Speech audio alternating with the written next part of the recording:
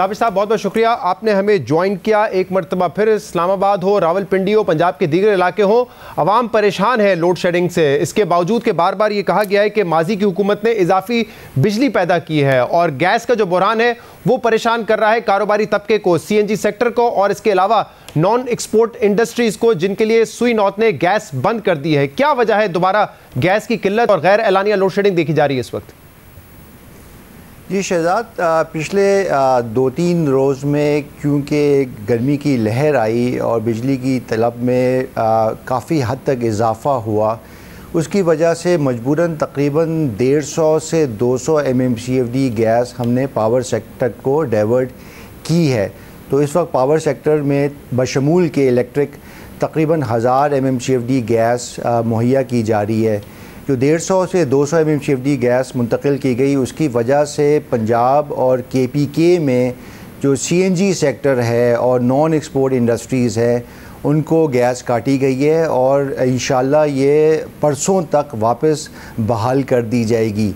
बिजली की तलब में इजाफ़ा तो ज़ाहिर है गर्मी की वजह से हुआ, लेकिन बिजली के शोबे में कुछ पेचीदगियाँ सामने आई हैं एक आध रोज़ में। हमारा एक बहुत बड़ा कोयले पे चलने वाला प्लांट है चाइना हब का, जो कि इस वक्त बिजली पैदा नहीं कर रहा। वहाँ लाइटनिंग स्ट्राइक की थी और उसकी वजह से वो बंद पड़ा हुआ है। इसी तरह जो पानी का बहाव है इस पर काफ़ी पहले बात भी हो चुकी है, उसका जो इंदराज और अखराज है तरबेला, गाजी बरोता और मंगला में, उसमें काफ़ी हद तक कमी आई है। वहाँ से भी बिजली की पैदावारी सलाहियत काफ़ी हद तक कम हो चुकी है।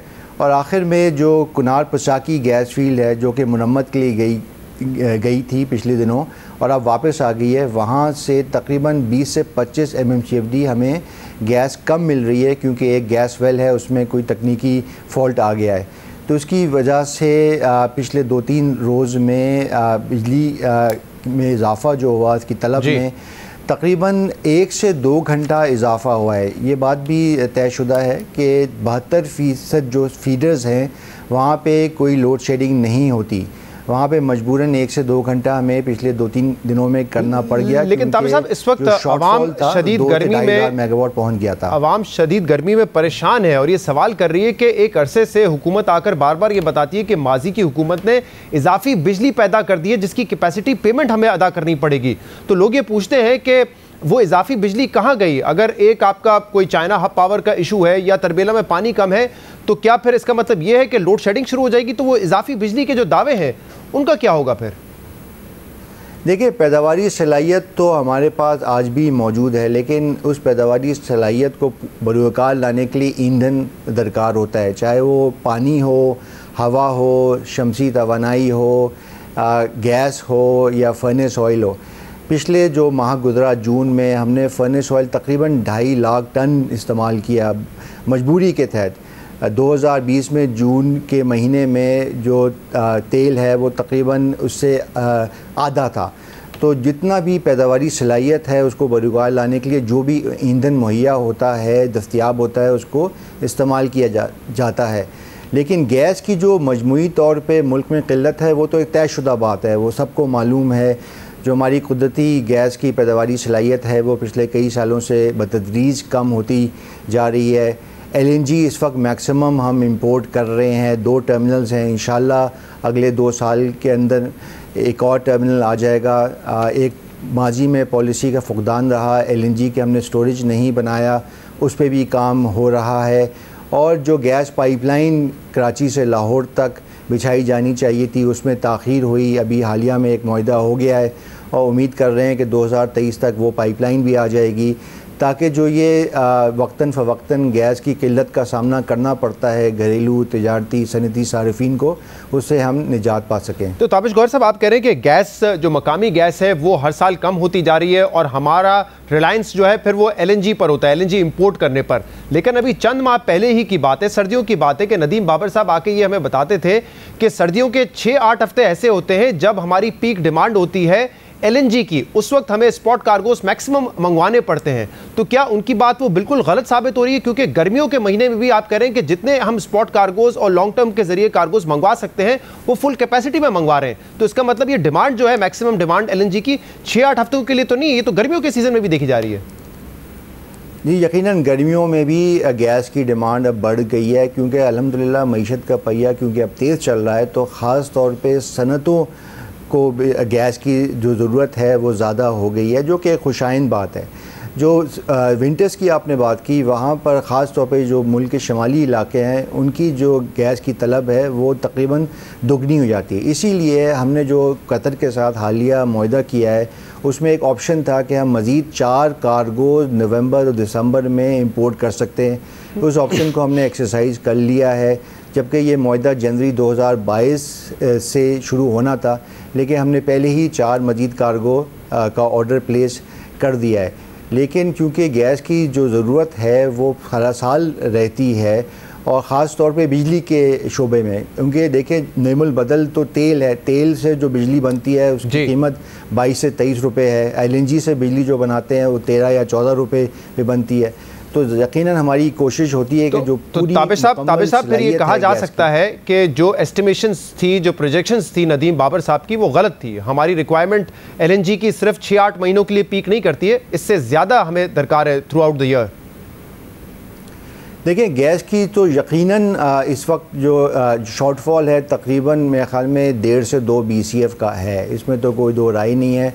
और इंशाल्लाह अगर ये weighted average cost of gas का मसला हल हो गया, यानी कि जो कुदरती गैस की जो मसनूई हमने कीमत कम रखी हुई है और एलएनजी हम पूरी आलमी मंडी के हिसाब से कीमत अदा करते हैं, अगर ये वेकॉक का इशू हल हो गया तो गैस की डिमांड भी आगे बढ़ेगी। इसके साथ साथ हमने एलपीजी पॉलिसी पे भी बहुत काम किया है, और हम कोशिश कर रहे हैं कि जो दूर दराज इलाके हैं वहाँ पे कुदरती गैस पाइपलाइन के ज़रिए ना पहुँचाई जाए, बल्कि एलपीजी पॉलिसी के ज़रिए वहाँ पे ज़्यादा एलपीजी फराहम की जाए। इसी तरह वर्चुअल पाइपलाइन का भी एक कॉन्सेप्ट है। 3 या 2 लाइसेंसेस इशू हो गए हैं, जिसके तहत प्राइवेट सेक्टर ही गवादर से, कराची से एलएनजी इंपोर्ट करेगा और काइरोजेनिक बाइजर्स के ज़रिए। लेकिन ये बड़ा मुश्किल वक्त है ताबिर साहब, और देखें किसी न किसी वजह की बुनियाद पर यह बताया जाता है कि हम पावर शॉर्टेज का सामना कर रहे हैं या गैस की शॉर्टेज का। कभी कहा जाता है कि गैस फील्ड मेंटेन हो रही है, फिर ड्राई डॉकिंग की वजह से अवाम ने जो है गैस की लोड शेडिंग बर्दाश्त की और पावर आउटेजेस हुए। फिर कभी बताया जाता है कि तरबेला में पानी कम है, कभी कहते हैं मंगला का जो आउटफ्लो है वो कम है। तो कोई ना कोई रीज़न बताया जाता है हुकूमत की जानिब से, लेकिन अवाम सफ़र कर रहे होते हैं। कोई छोटा सा मसला होता है, हमारे गैस और पावर के मसाइल एक्सपोज हो चुके होकर रह जाते हैं। जी शहजाद, ये बात सही है कि जो हमारा पावर का और पेट्रोलियम दोनों सेक्टर जो है वो बिल्कुल एज पे चल रहा होता है। इसमें कोई मार्जिन नहीं है, ज़रा सा कुछ ऊंच नीच होती है तो उसका मनफी असर फिर आवाम तक मुंतकिल हो जाता है। गर्दिशी कर्जा भी एक बहुत बड़ा पहलू है, इस पर पहले भी बात की जा चुकी है। जो पैसों का रेल पेल है, जब उसमें रुकावट आती है तो भी ईंधन की फराहमी में भी थोड़ा वो मुतासर हो जाता है, और उसकी वजह से जस्ट इन टाइम एक इन्वेंट्री की बुनियाद पे ये सेक्टर चल रहा है। तो ज़ाहिर है जब मार्जिन नहीं होगा, तो अगर गर्मी की लहर आई या तरबेला में पानी कम हो गया या चाइना हब प्लांट बैठ गया या कुनार पुसाकी गैस फील्ड से कम गैस मुहैया हो रही है, या आने वाले दिनों में कादिरपुर गैस फील्ड जो कि 150 MMCFD देता है उसका भी टर्न अराउंड लाजमी है, या पिछले दिनों जो ड्राई डॉकिंग का मसला सामने आया जो सबके इल्म में है, तो ये फिर बैलेंस आउट हो जाता है और इसकी वजह से फिर बिजली या गैस के शोबे में मनफी असर पड़ता है। ये बड़ी आप अहम बात बता रहे हैं करनी है ताबिर साहब, जो आप बात बता रहे हैं बड़ी अहम और तशवीश की बात है कि कहीं पर भी एक मसला हो, पानी की कमी हो मंगला या तरबेला डैम में, या कोई एक आपका प्लांट बैठ जाए तो सारा सिस्टम जो है वो मुतासर होता है, आवाम को ये भुगतना पड़ता है। लेकिन अब हल क्या है, क्योंकि जो नए टर्मिनल्स हैं और जो नई गैस पाइपलाइन है जिसका एग्रीमेंट रशिया के साथ हुआ है, वो तो 2023 के मिड तक हमाद अज़हर साहब कह रहे हैं कि मुकम्मल होगी, और वो कह रहे हैं कि बड़ा एक एम्बिशियस प्लान है। तो इसका मतलब ये जो इशूज़ हैं ये अगर प्रिवेल करते रहते हो, कोई ना कोई इशू आता है, तो आवाम अगले 2-2.5 साल भी इस किस्म की मुश्किलात भुगतती रहेगी। देखिए शहजाद, जो शॉर्ट टर्म सोल्यूशन तो यही है कि जो मौजूदा 2 टर्मिनल्स हैं वहाँ पर तकरीबन 300 MMCFD की इजाफी कैपेसिटी मौजूद है। इसका मतलब ये हुआ कि मज़ीद माहाना 3 LNG कार्गोज़ हम इंपोर्ट कर सकते हैं।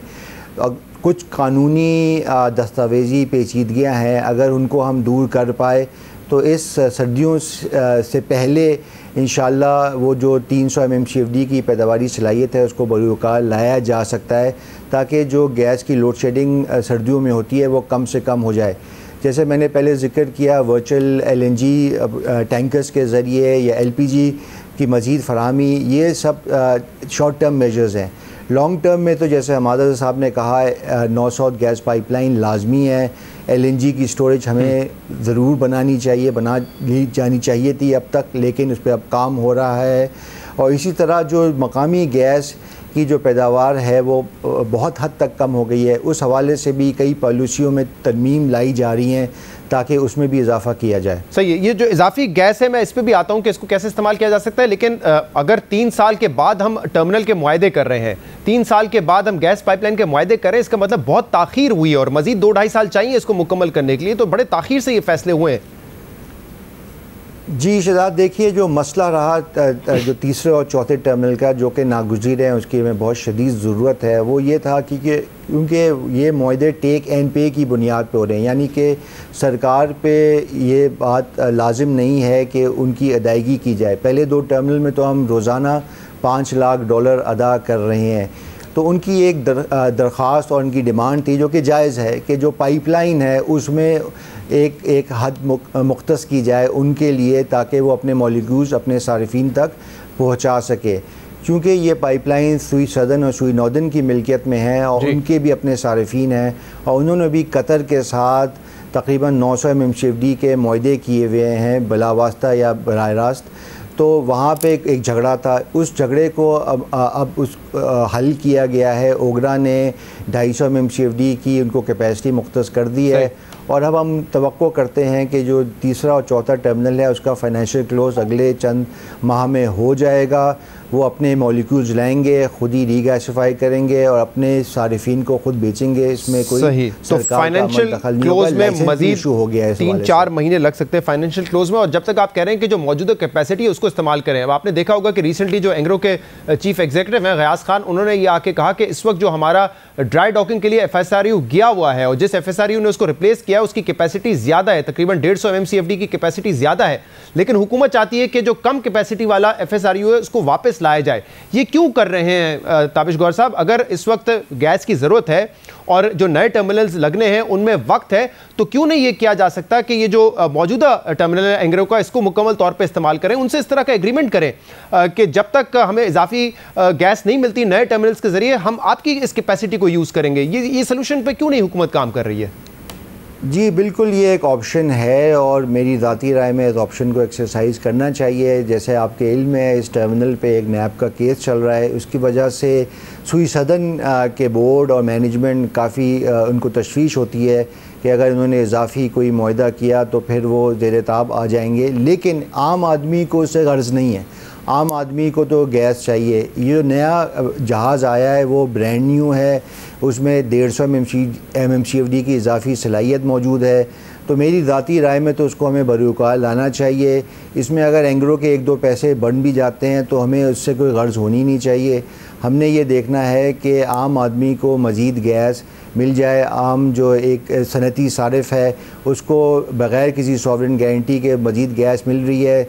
CNG वाले ख़ुद गैस इंपोर्ट करना चाहते हैं, 5 साल से एड़ियाँ रगड़ रहे हैं। हमने उनको इजाज़त देनी है और इजाज़त इसी तौर पे दी जा सकती है कि जो मौजूदा 2 टर्मिनल में इसमें जो इजाफी सलाहियत है उसको फिर खोल दिया जाए। सही, आप कह रहे हैं कि आपकी राय यह है कि ये इजाफी कैपेसिटी इस्तेमाल करनी चाहिए, और इसी को लेकर जो ड्राई डॉकिंग की टाइमिंग थी उसको लेकर ये सवालात उठ रहे थे, और ये कहा जा रहा था कि आपको और हमाद अज़हर साहब को बड़ा इशू है इस बात से कि आपकी जो मिनिस्ट्री है उसमें दूसरे लोगों की मदाखलत है, इंटरफेरेंस है, और इस हवाले से आपने वज़ीर आज़म से बात भी की है। ये क्या मामला है? क्योंकि ऑब्वियसली इससे तो पूरा सेक्टर मुतासर होगा अगर आपकी मिनिस्ट्री में आप समझते हैं कि मुदाखलत है।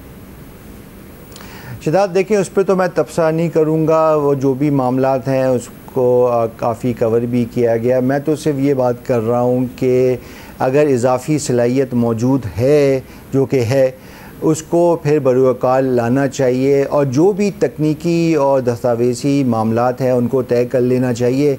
मेरे नज़दीक बहैसियत एक टेक्नोक्रेट के हर चीज़ में कोई साजिशी पहलू होता नहीं है। जब मैं पहला टर्मिनल देख रहा होता हूँ तो मुझे कोई सियासी उसमें कोई अमल दखल नज़र नहीं आता, ना आना चाहिए।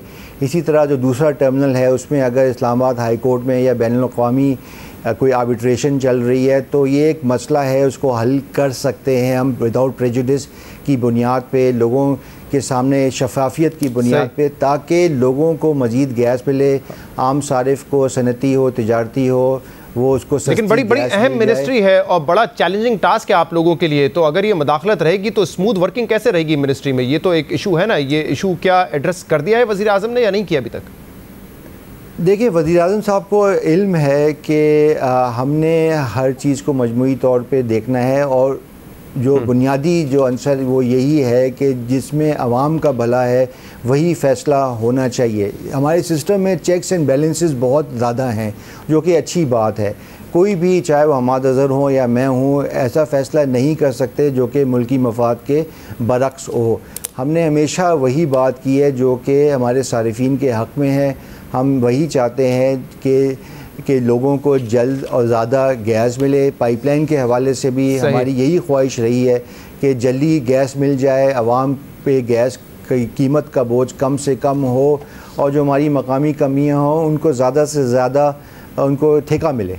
सही। अच्छा, ये बताइएगा कि रशियन गैस पाइपलाइन जो है, जिसका एग्रीमेंट हमारा हो चुका है, आपने पब्लिकली आके कहा था कि बेहतर ये होगा कि अपनी सुई कंपनी से कहा जाए कि वो बनाए, कॉस्ट भी कम पड़ेगी, और अब ये मशवरा आपने वज़ीर आज़म को भी दिया था। लेकिन अब मुआहदा हो चुका है रशिया से हमारा, आप इत्तेफाक करते हैं कि ये बेहतर डील है, या अभी भी आपका मौक़िफ़ यही है कि हमें सुई कंपनीज़ के ज़रिए ये करना चाहिए था काम?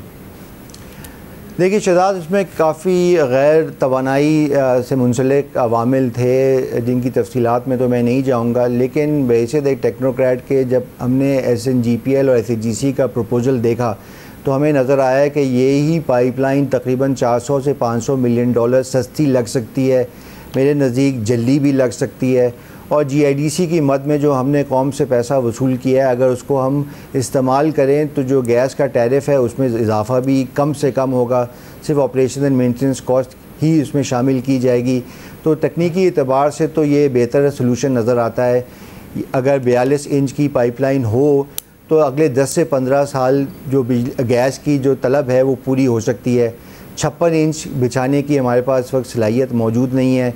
56 इंच की मिसाल यही है कि अगर आप एक हाईवे बना रहे हैं तो उसमें 8 लेन हों या 6 लेन हों, ज़ाहिर है अगर आप 30 साल की प्लानिंग कर रहे हैं तो 8 लेन की हाईवे बनानी चाहिए, लेकिन अगर आप 10 से 15 साल देख रहे हैं तो 6 लेन भी आपके लिए काफ़ी होंगी। तो मेरी ज़ाती राय तो यही थी कि हमारी मकामी कंपनी जिन्होंने 15,000 किलोमीटर का गैस का ट्रांसमिशन नेटवर्क बिछाया हुआ है, उनके पास मुकम्मल सलाहियत है, वो सस्ती और जल्दी ये बचा सकते हैं, लेकिन मुख्तलिफ वजूहात की बिना पे, और ये जो मुख्तलिफ साथ ही ये डील हो रही है, मुख्तलिफ वजूहात अवामिल जिनका आप जिक्र कर रहे हैं, क्या ये डिप्लोमेटिक ताल्लुकात की वजह से आप कह रहे हैं कि ये कर रहे हैं? जी, डिप्लोमेटिक है, स्ट्रेटिजिक है, और सिर्फ ज़ाहिर है जब भी फ़ैसला किया जाता है तो मुख्तलिफ जो रियासती इदारे हैं उनका भी एक इनपुट होता है जो कि होना चाहिए। और अगर मजमूई तौर पे मुल्क के मफाद में है कि हम रशिया के साथ ही ये गैस का मुआहदा करें पाइपलाइन का, तो फिर इसमें कोई गलत बात नहीं है। लेकिन अगर बिल्कुल मैं नैरो माइंडेड होकर बात करूँ तो ये उसका दूसरा जो प्लान बी था वो ज़्यादा सस्ता और था गैस के शोबे, यानी कि दोनों सुई से अगर बनवाते हैं। और ये बताइएगा कि ये मुआहदा जो हम कर रहे हैं ये टेक और पे बेसिस पे है, यानी कि अगर हम इस गैस पाइपलाइन को नहीं इस्तेमाल करते तो भी हमें कैपेसिटी पेमेंट क्या इसकी करनी पड़ेगी? देखिए, जो अभी तक बात हुई है उसके तहत तो वो अपने मालियाती इदारे यानी बैंकों से कर्ज़ा ले के तकरीबन 60 से 70% इस गैस पाइपलाइन की कॉस्ट को पूरा करेंगे, और जो 40 और 30% जो बच जाता है वो एक्विटी की मद में आएगा, जिसमें से 74% हुकूमत पाकिस्तान का होगा और 26% रशिया की कंपनीज़ का होगा। तो मेरी राय में जब बैंक्स आ जाते हैं तो वो तो यकीनन टेक और पे की बुनियाद पर ही आएंगे, उनको थ्रूपुट गारंटी यकीनन चाहिए होगी, क्योंकि वो ये रिस्क नहीं लेंगे कि आप इस पाइपलाइन के ज़रिए गैस मॉलिक्यूल जितने गुजारें या ना गुजारें उसका रिस्क वो ले लें। वो यकीनन अपनी लाजमी अदायगी के लिए सॉवरेन गारंटी मांगेंगे। हर तरह का जो एक IPP स्ट्रक्चर होता है बशमूल जो CPEC में जो हालिया दौर में देखा गया, उस हवाले से वो तमाम तर मराहत की उनकी तवक्को होगी और उनकी वो डिमांड भी होगी। अच्छा, आप कह रहे हैं उनकी ये डिमांड और तवक्को होगी, लेकिन हमाद अज़हर साहब कह रहे हैं कि हम टेक और पे के बेसिस पे ये नहीं कर रहे, थ्रूपुट कॉस्ट नहीं होगी इसकी, लेकिन आप मुख्तलिफ बात करें, आप कह रहे हैं कि ये है उनकी डिमांड। देखिए, हो सकता है जो एक्विटी अभी, क्योंकि मामला तय नहीं पाया गया, अभी हेड्स ऑफ टर्म्स ही साइन हुए हैं, वो लीगली नॉन बाइंडिंग है।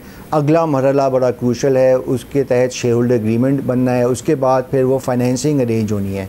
जो डेट फाइनेंसिंग अगर होगी तो यकीनन वो आपसे गारंटी मांगेंगे, लेकिन जहाँ तक एक्विटी की बात है, जो रशा अगर उसमें थोड़े बहुत अपनी एक्विटी डाल रहा है, तो हो सकता है हम उनको इस बात का कायल कर लें कि फिर वो टेक एंड पे की बुनियाद पे आ जाएं।